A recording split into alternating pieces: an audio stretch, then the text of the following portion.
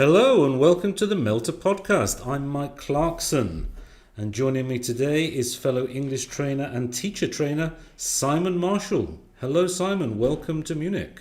Thank you very much, Mike. Nice to be here again. You say again, so it's not your first time in Munich, no? No, I've been here several times over the years. And is that doing workshops too, or Workshops, and many years ago I worked here for 6 months. Oh, really?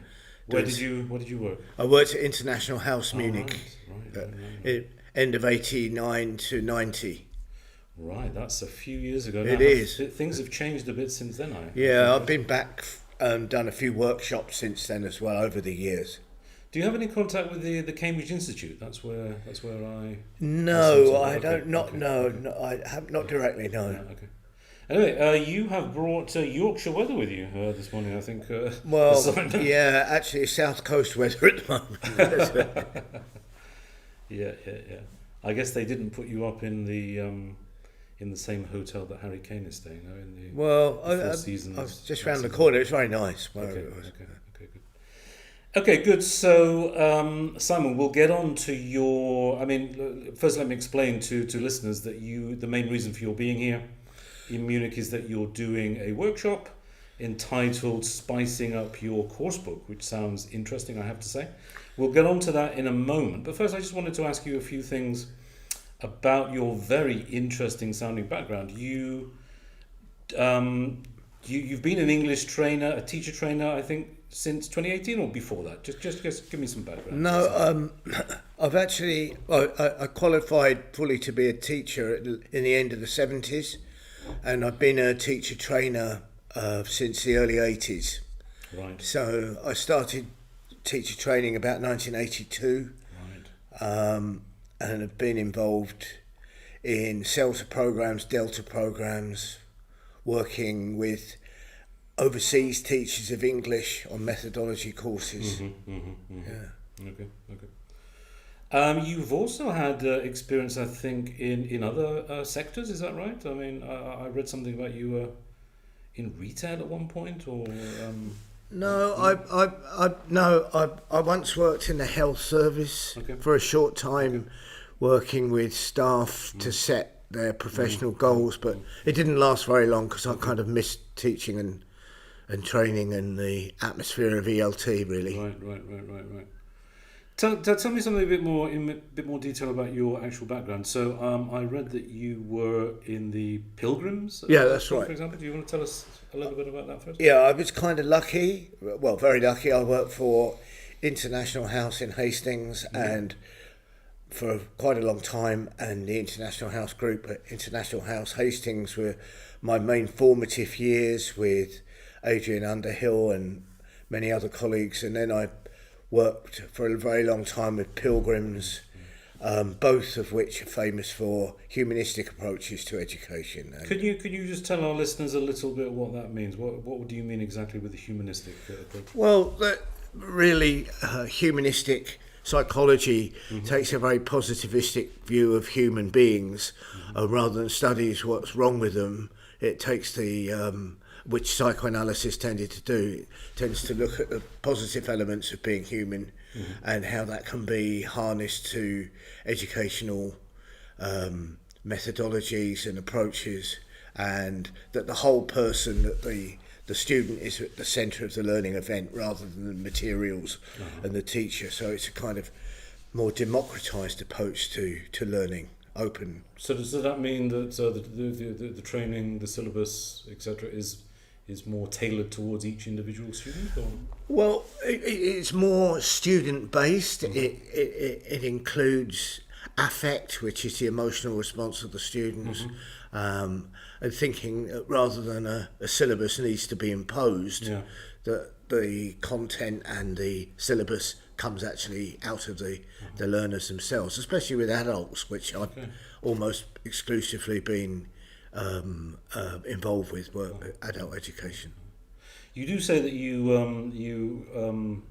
are also a believer in what you call the communicative approach. Yeah. I guess that is related in a way, is it? Or? Well, in a sense, it lends itself well to humanistic perspectives, because when I first got involved with teaching, there was very much an emphasis on grammar, and more grammar, and then a bit of vocabulary on Friday afternoons. And it's now the communicative approach kind of sees language as a human activity rather than just a subject that people talk to each other to communicate messages and also to express themselves.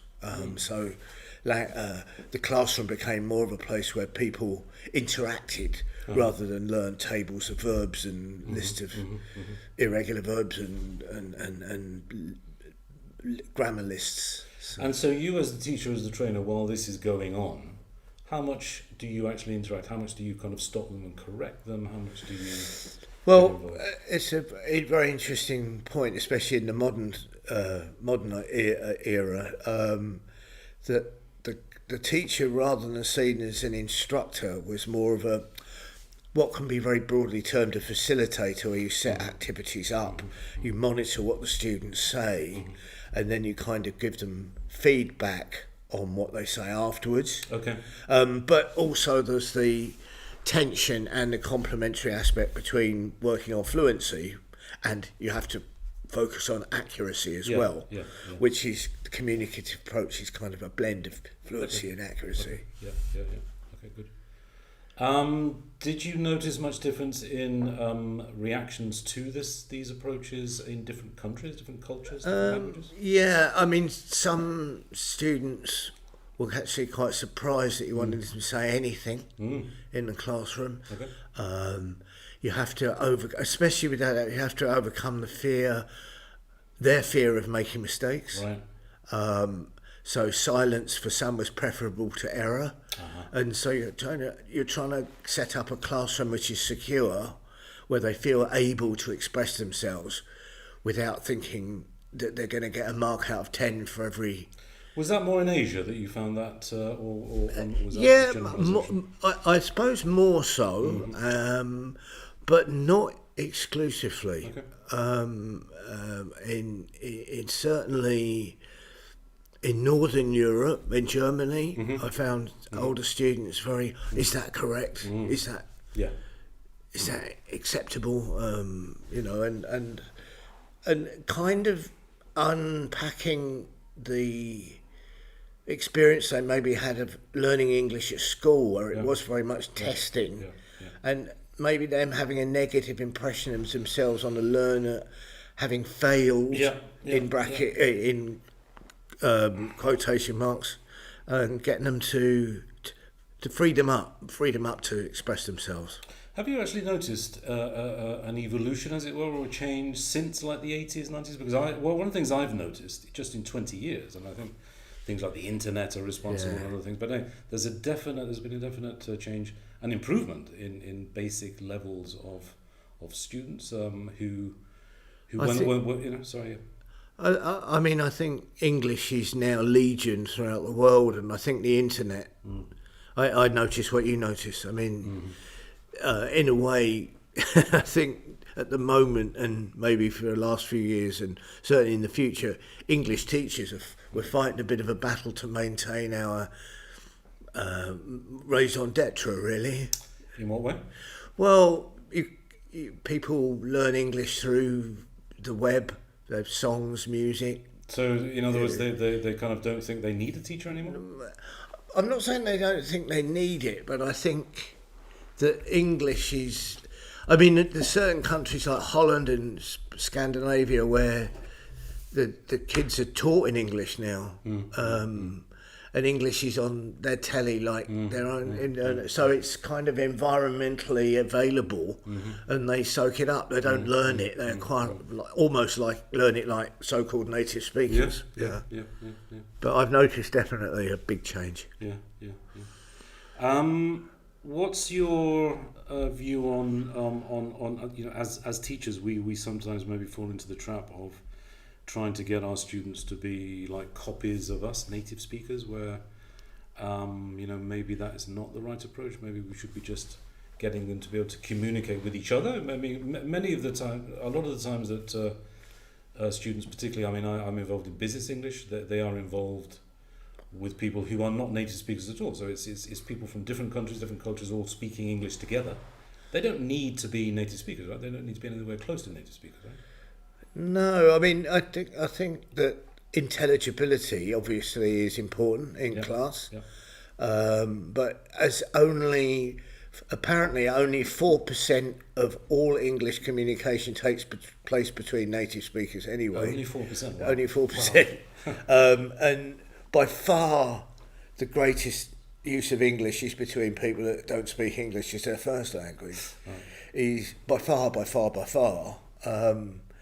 I think unless the student has a specific goal to sound like me or you, then it's a big word, but intelligibility is the key. I think. Yeah, absolutely. Yeah. Do you have any favourite countries or cultures, language speakers? Well, I lived in Spain for a while. Okay. Which is a lovely country. What part of Spain did you live? I lived in Pamplona in the north, and I've worked for a short time in various places. So I used to speak Spanish quite well, but it's gone by the board because I haven't practiced for 25 years. But everywhere I've been, I've really quite enjoyed. I lived in Munich for 6 months in that time. Lived in Hamburg for a short time, which was very different, but very nice. But I suppose Spain is the one I feel more comfortable with because I've kind of got more cultural. So when you were in Pamplona, did you learn Spanish or Basque? Yeah, I learned Spanish. I used to buy the Basque newspaper, which was in Spanish and Basque, but I ended up learning more about Basque than learning Basque itself because it's formidably difficult and very different from all other European languages. Right. It's not Germanic. It's not. No, it's a language isolated. It has no relations. The latest theory is that it's the original Iberian language, right. But it's got cases and things like African languages, but it's got nothing to do with anything. Could you compare that to like Welsh as being the original British language, maybe? Well, no, because Welsh is part of the. It's like Breton and Cornish and Scots. They're kind of Celtic language, but Basque is unrelated to anything else. Really well. Yeah. I lived for a couple of years in Catalonia in Barcelona, and I had exactly the same thing. I was thinking, do I learn Catalan or do I learn Spanish? And obviously, I pick Spanish because that's going to be the most useful. Yeah, and also Catalan it's a bit. I think it's a bit like Occitan in French as well. It's more. I think at the time I lived in Pamplona, which is years and years ago. I think Catalan is much more widely spoken in Catalonia than Basque was in Pamplona, right. Which was on a kind of. Right. It was a mix politically and linguistically. It was a time of ETA and a lot of terrorism. It was, but it wasn't like Bilbao or San Sebastian, which was right in the middle of the Basque Country. It's kind of halfway house, really. I have to ask, Pamplona, did you ever join in one of the bull runs? No, I was talking to colleagues last night, and I was asking them about whether the Munich Beer Festival is very commercialised. All right. He said highly, and I said, well, the Pamplona Bull Run was not very Spanish, really. It was more Australian American English. It is. The Oktoberfest has become a kind of tourist drop-off point, really. Exactly, it's like a version of the carnival. Yeah. Some huge fancy dress party. Yeah. Okay, that's really interesting, Simon. Let's move on to your workshop, which you're doing later today. I just wanted to just to kind of work our way into it. How does using a course book actually work in conjunction with a communicative approach to teaching? Well, I think course books have evolved incredibly since I first started teaching. Mm-hmm. Course books were very much grammar books with an emphasis on trying to use the grammar a bit, often in very controlled circumstances, describing pictures or linking sentences together. But now I think the communicative approach, humanistic approaches even, have had a big impact on the way courses are made. And of course, with every course book now, you get a video and a CD-ROM and the cabaret. You get the whole thing really. But having said that, in a way, course books are so complete and so available that I think if you just teach the book, you can kind of lose yourself as a teacher a bit. Well, yeah, there is often a temptation when, it often happens that I will choose a particular course book and you have the structure, the syllabus basically set out for you. And I guess it can be dangerous to fall into the trap of just following it religiously as opposed to chopping and changing. And so, so what are your ideas about actually using? I mean, that is the main thing about your workshop now, how to actually use it effectively. The main thrust, I hope the main thrust of the workshop will be that the teacher uses the course book and the course book doesn't use the teacher, really. Right, okay. Because I'm not going to kind of come here and rail against course books, because I don't think that's very helpful. Because if I look at the history of my own life as a teacher, at the beginning I would have been nowhere without published materials, to be honest. I can't make up every lesson every day spontaneously. But it's kind of using the material consciously, and because course books are written for no one but they're written for everyone, trying to make them relevant to the teacher themselves and the students.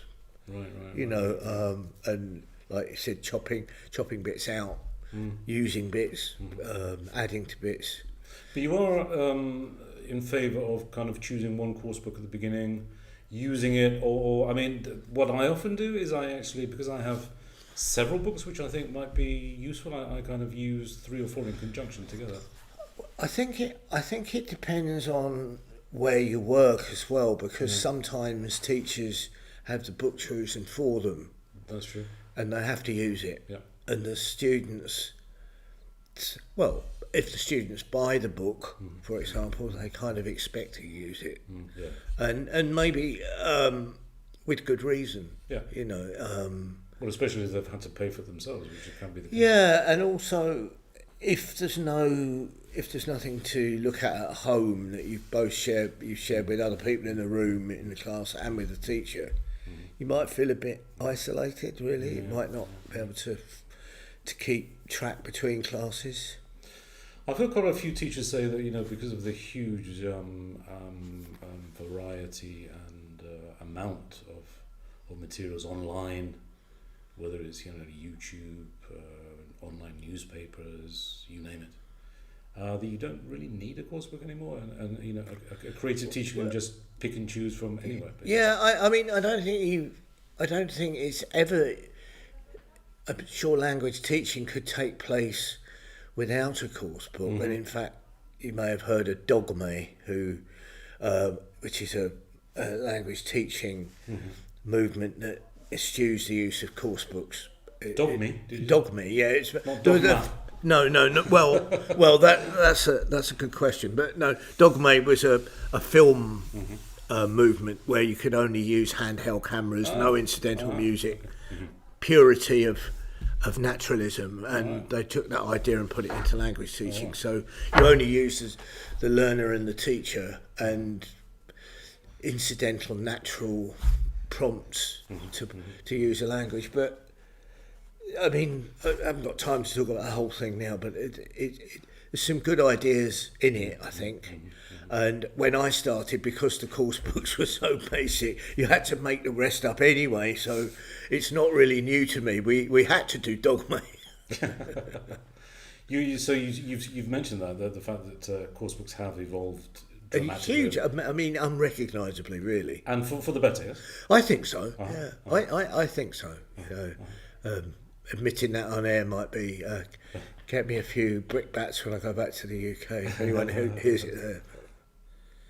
and they get more central, I think, as well to schools.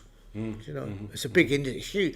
I think part of the criticism is because it's such a huge industry. Yeah, yeah, of course. There's just one or two big players, big publishers who basically control the. Yeah. Okay, that is a point. But yeah, the market for course books in secondary schools. For example, you've worked in secondary schools? I haven't worked. I've worked with many teachers that are secondary school teachers. Yeah. Exactly. Good. Okay. And also another thing is I expected it, to be honest, to have evolved more quickly. This online course book, so students don't actually need a physical book, as it were. Yeah. What do you think of that? I've actually used online course books in teacher training, teaching in the initial CELTA course, using online books, which of course then the technology comes into play, and where do you find the listenings and where do you find but that's another thing entirely. Your teaching, is it face to face or is it online? Or as much as possible we do is face to face, but once the pandemic opened the genie bottle of online, it's never going to go away, so a lot online as well. But there's nothing like, for me, I think it might be partly to do with my age, but there's nothing like being in a room with a group of people. So pedagogically speaking, you would actually say it's superior to actually be face to face, physically with students, rather than in front of. I'm